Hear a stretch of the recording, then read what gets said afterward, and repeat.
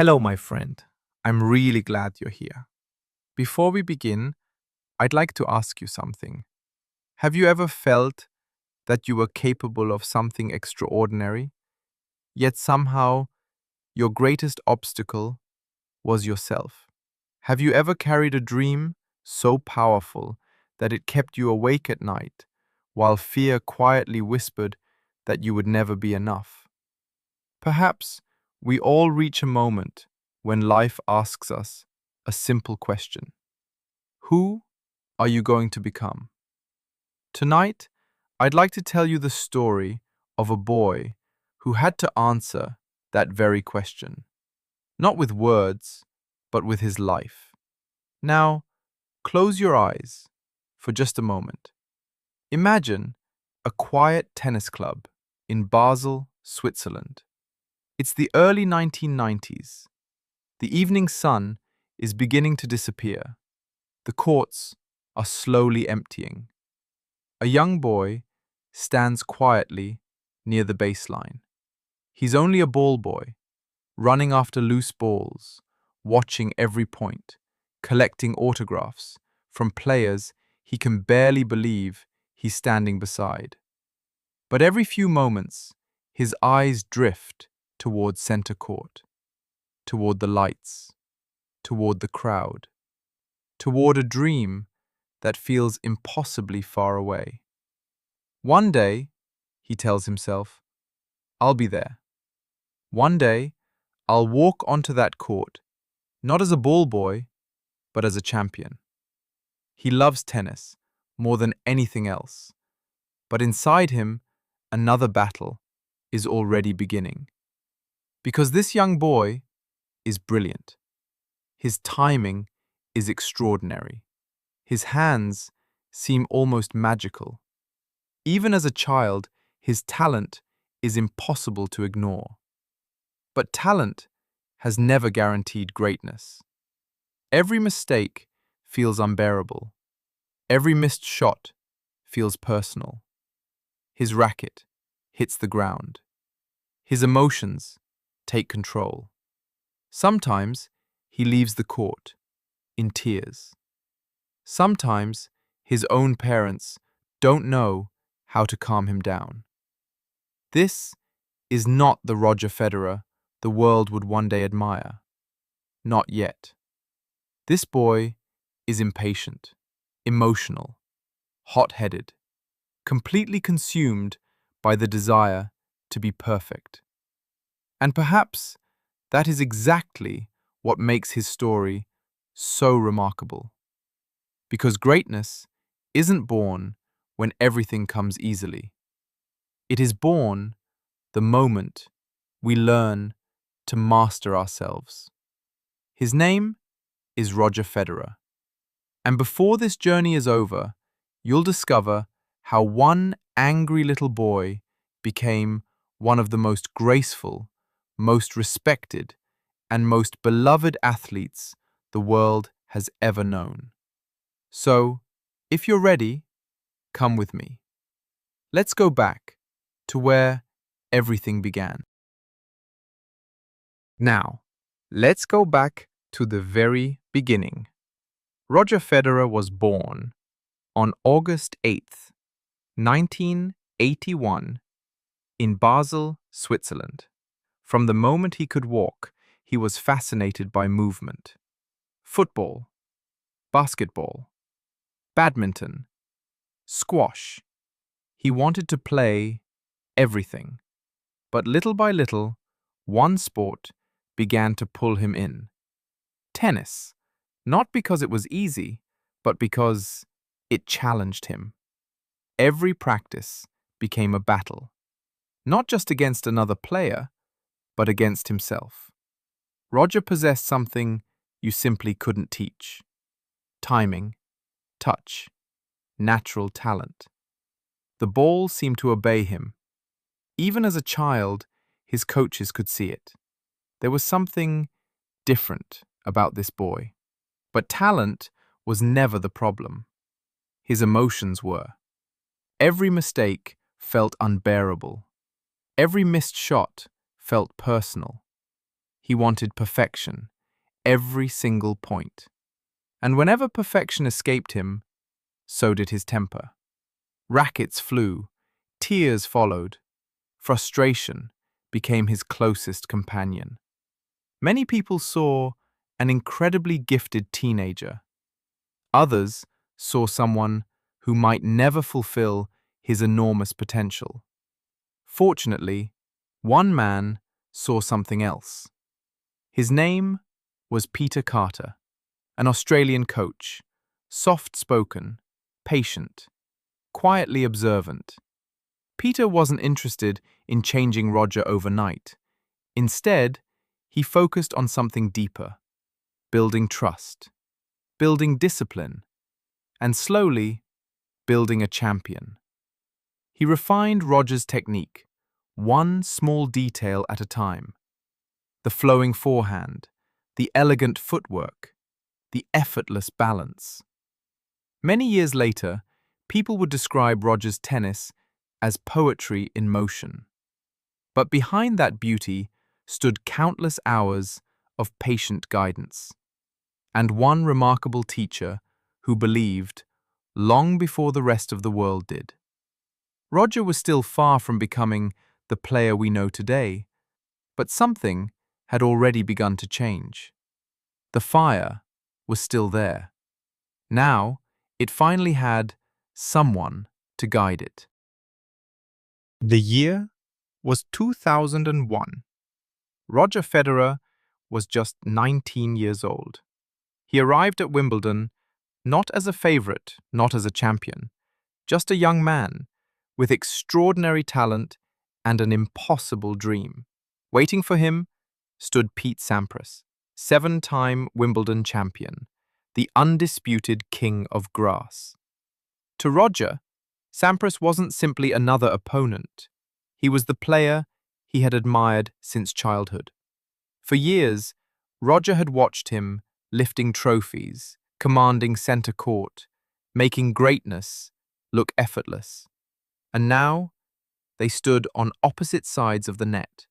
Almost everyone expected the same ending, another victory for Pete Sampras. But sometimes, history chooses the most unexpected moments to change direction. From the very first point, Roger played without fear. He trusted his instincts. He attacked. He improvised. He refused to be intimidated.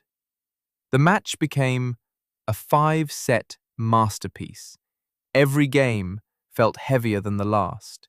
Every rally pushed both men to their limits. The crowd could sense it. They weren't just watching a tennis match. They were witnessing the passing of a generation. And then it happened. One final point. One final swing. Silence. Then, center court erupted. Roger Federer had defeated Pete Sampras. For a brief moment, the young Swiss stood still, almost unable to believe what he had just accomplished. The king had been defeated, and somewhere, without anyone realizing it, another king had just begun his journey. The tennis world finally knew his name, Roger Federer. But as incredible as that victory was, life was preparing a challenge far greater than any opponent he would ever face. There are moments in life that change us forever, not because we choose them, but because they choose us. For Roger Federer, that moment arrived in 2002. The news was impossible to believe. Peter Carter, his coach, his mentor, and one of the people he admired most, had been killed in a tragic car accident while on vacation in South Africa. Roger was devastated. Peter wasn't just another coach. He had seen greatness long before the world ever did. He believed that behind Roger's frustration, behind the broken rackets and emotional outbursts, was a player capable of changing tennis forever. Now, he was gone. For a long time, Roger struggled to make sense of it. How could someone who had given him so much disappear so suddenly? There were no answers, only silence, only grief. But sometimes, the people we lose leave us with something far more valuable than words: a purpose. Roger made a quiet promise, not to the media, not to his fans, not even to himself. He made it to Peter. He would become the player Peter always believed he could be. No more wasted talent. No more losing control over the smallest mistakes. No more letting emotion decide his future. Little by little, Roger began to change. Not overnight, not perfectly, but every season he became calmer, stronger, more disciplined. The fire inside him never disappeared. He simply learned how to control it. Looking back years later, Roger would often say that Peter Carter had the greatest influence on his career. Not because he taught him how to hit a forehand or how to serve, but because he helped shape the person behind the player. Sometimes, our greatest teachers never get to see how far we've come, but their lessons live on every single day. Only 1 year later, Roger returned to Wimbledon. This time, he wasn't just chasing his first Grand Slam. He was carrying a promise, and he had no intention of breaking it. 1 year later, Roger Federer returned to Wimbledon. But this time, everything felt different. He wasn't the emotional teenager trying to prove he belonged. He wasn't chasing someone else's dream anymore. He was ready to create his own. Waiting on the other side were the greatest players in the world. Power, experience, champions. None of it seemed to matter. Match after match, Roger played with a calm confidence few had ever seen before. His movement looked effortless, his timing almost supernatural. The ball seemed to obey him. Every serve found its target. Every volley felt perfectly measured. Every backhand flowed like music. People weren't simply watching a tennis player. They were witnessing an artist at work. Then came the final. Across the net stood Mark Philippoussis, one last obstacle between Roger and history. There was pressure, there were expectations. But for the first time, Roger didn't fight against his emotions. He embraced them. Point by point, game by game, the finish line grew closer. And then it happened. One final serve, one final point. Silence for just a heartbeat. Then, center court exploded. Roger Federer fell to his knees, not in anger, not in frustration, but in disbelief. Years of sacrifice, years of doubt, years of learning how to master not just tennis, but himself. All of it had led to this moment. He looked toward the sky, perhaps thinking of Peter Carter, perhaps remembering the promise he had made. The little boy who once chased autographs had become the Wimbledon champion. That afternoon, Roger Federer didn't simply win his first Grand Slam. He announced the beginning of a new era. An era that would redefine what greatness could look like. There are champions who win. And then there are champions who change the very meaning of winning. After Wimbledon, everything changed. Roger Federer was no longer the promising young talent. He had become the man everyone wanted to beat. And yet, almost no one could. Tournament after tournament, the trophies kept coming. The Australian Open, the US Open, Wimbledon, again and again. Week after week, his name remained at the very top of the world rankings for 237 consecutive weeks, an achievement that once seemed impossible. But statistics never told the full story. What made Roger different wasn't simply how often he won. It was how he made people feel. He moved as though gravity had forgotten him. Every step looked effortless. Every shot appeared inevitable. The court became his canvas, the racket his paintbrush, and every match another masterpiece. Crowds around the world didn't just come to watch tennis. They came to witness beauty. Opponents knew they couldn't relax for a single moment. One loose ball, one short return, one tiny mistake. That was all Roger needed. His timing was flawless. His anticipation almost unreal. He always seemed to arrive one step early, one shot ahead. It was as if he could already see the future. Commentators searched for the perfect words. Elegant, effortless, genius. But perhaps the simplest description was also the most accurate. Roger Federer made the impossible look ordinary. And that may have been his greatest gift. Yet even during the brightest days, new challengers were quietly emerging. Young, fearless, relentless. Men who believed the king could be defeated. A new era was approaching, and with it, the greatest rivalries tennis had ever known. For a while, it seemed, Roger Federer had no equal. He had mastered the game. He had mastered himself.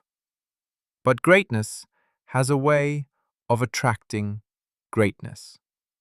First came Rafael Nadal, young, fearless, relentless. Where Roger played with elegance, Rafa played with intensity. Every rally felt like a battle. Every point had to be earned.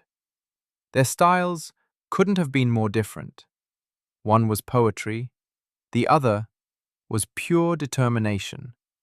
Grass belonged to Roger, clay belonged to Rafa. And every time they met, the tennis world came to a standstill. Then another challenger began to rise. Novak Djokovic, calm, precise, unbreakable. If Roger represented artistry and Rafa represented relentless spirit, Novak became the ultimate problem solver. He returned the impossible. He defended the unbelievable. He turned every match into a test of patience. Suddenly, Roger was no longer playing against opponents.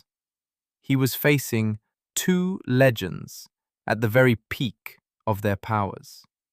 Every Grand Slam became a war. Every final felt historic. Sometimes Roger won.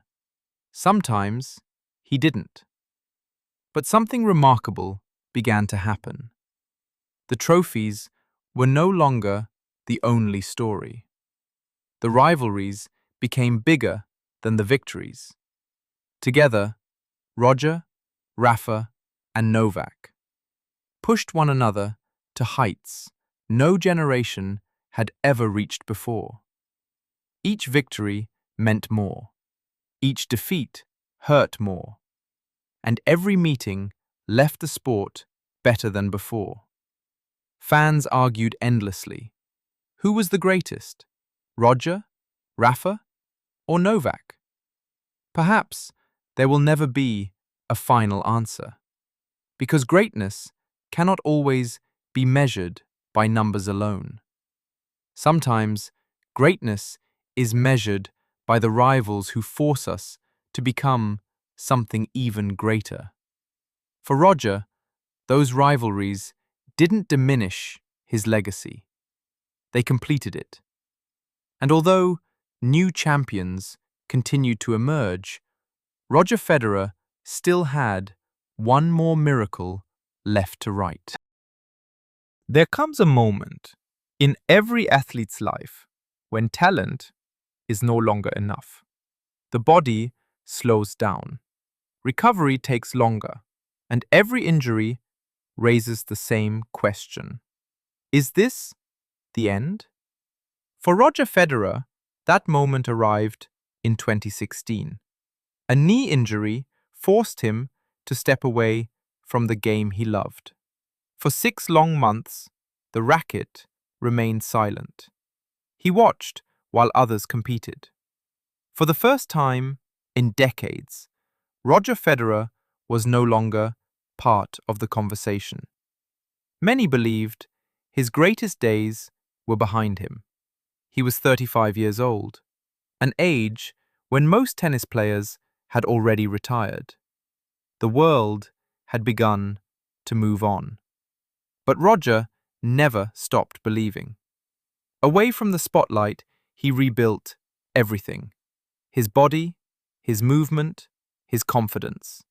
He trained without promises, without guarantees, driven only by one quiet thought. Maybe there was still one more chapter waiting to be written.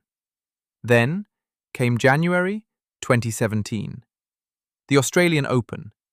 Roger returned with nothing to prove, except to himself. Match by match, the impossible started to feel possible. Then came the final. Across the net stood Rafael Nadal, his greatest rival. 5 sets, hours of relentless tennis. Every point felt like a lifetime. In the final set, Roger fell behind. The pressure was overwhelming. But something had changed. The young man who once fought against his emotions was gone. In his place stood a champion who trusted every shot, every decision, every moment. He stepped forward. He attacked. He believed. And little by little, the momentum shifted. 1 point, 1 game. One final forehand that would be remembered forever. Roger Federer had done the impossible. Against the odds, against time, against doubt. He was a Grand Slam champion once again. That victory was never just about tennis. It became a reminder for all of us that setbacks are not the end of the story. Sometimes they are simply the beginning of an even greater one. There is a side of every legend that statistics can never capture. We remember the trophies, the records, the impossible shots, but those were never the whole story. Away from the stadiums, away from the cameras, Roger Federer was simply Roger. Long before the world knew his name, there was someone who believed in him. Mirka. She had once dreamed of becoming a professional tennis player herself. But life had different plans. After an injury ended her career, she chose a different path. Not in front of the spotlight, but beside the man she loved. Through every victory, every defeat, every injury, every comeback, she was there. Not as a coach, not as a manager, but as his greatest source of strength. Together, they built something far more meaningful than a tennis career. They built a family. 4 children, a home filled with laughter, a life that reminded Roger who he really was when the applause had faded. He often said that tennis was simply what he did. It wasn't who he was. Perhaps that is why success never changed him. As his career grew, so did his desire to give back. Through the Roger Federer Foundation, millions of children were given the chance to receive an education, especially those growing up in Southern Africa. For Roger, legacy was never measured only by trophies. It was measured by opportunity, by kindness, by the lives he could help change. Because in the end, the greatest champions don't simply inspire us with what they achieve. They inspire us with who they choose to become. And although Roger's remarkable journey was nearing its final chapter, one unforgettable moment still remained. Sometimes, the greatest victories don't happen when we lift a trophy. Sometimes, they happen when we learn how to let go. In September 2022, Roger Federer shared the news the tennis world had feared for years. His career was coming to an end. Not because his passion had faded, but because his body had given everything it had. After more than 24 years of unforgettable tennis, it was time to say goodbye. His final appearance would come at the Laver Cup. One last match, one last walk onto the court. But Roger didn't choose to stand alone. Standing beside him was Rafael Nadal, the rival who had challenged him, pushed him, and inspired him for nearly 2 decades. Together, they played doubles, not as enemies, not as rivals, but as friends. When the final point was over, the result hardly mattered. No one was thinking about the scoreboard. No one was counting the points. The entire arena rose to its feet. The applause seemed endless. And then came a moment that words could barely describe. Roger and Rafa sat quietly, side by side. Two competitors who had spent years trying to defeat each other. Now, they simply held each other's hands, both of them fighting back tears. Millions of people around the world watched in silence. It wasn't sadness that filled the arena. It was gratitude. Gratitude for every match, every rivalry, every memory. Roger Federer didn't leave the game with one final victory. He left something far more valuable. He reminded us that greatness isn't measured only by trophies. It lives in character, in humility, in respect, and in the way we make others feel. The little boy who once chased autographs had become a man who inspired an entire generation. His journey may have reached its final chapter, but his story will never truly end. Because every time a child picks up a tennis racket and dreams of doing the impossible, a small part of Roger Federer still walks onto the court. Thank you for spending this time with me. If Roger's story inspired you, perhaps today is the perfect day to begin writing the next chapter of your own. Until next time, take care and keep believing that greatness often begins with a single dream.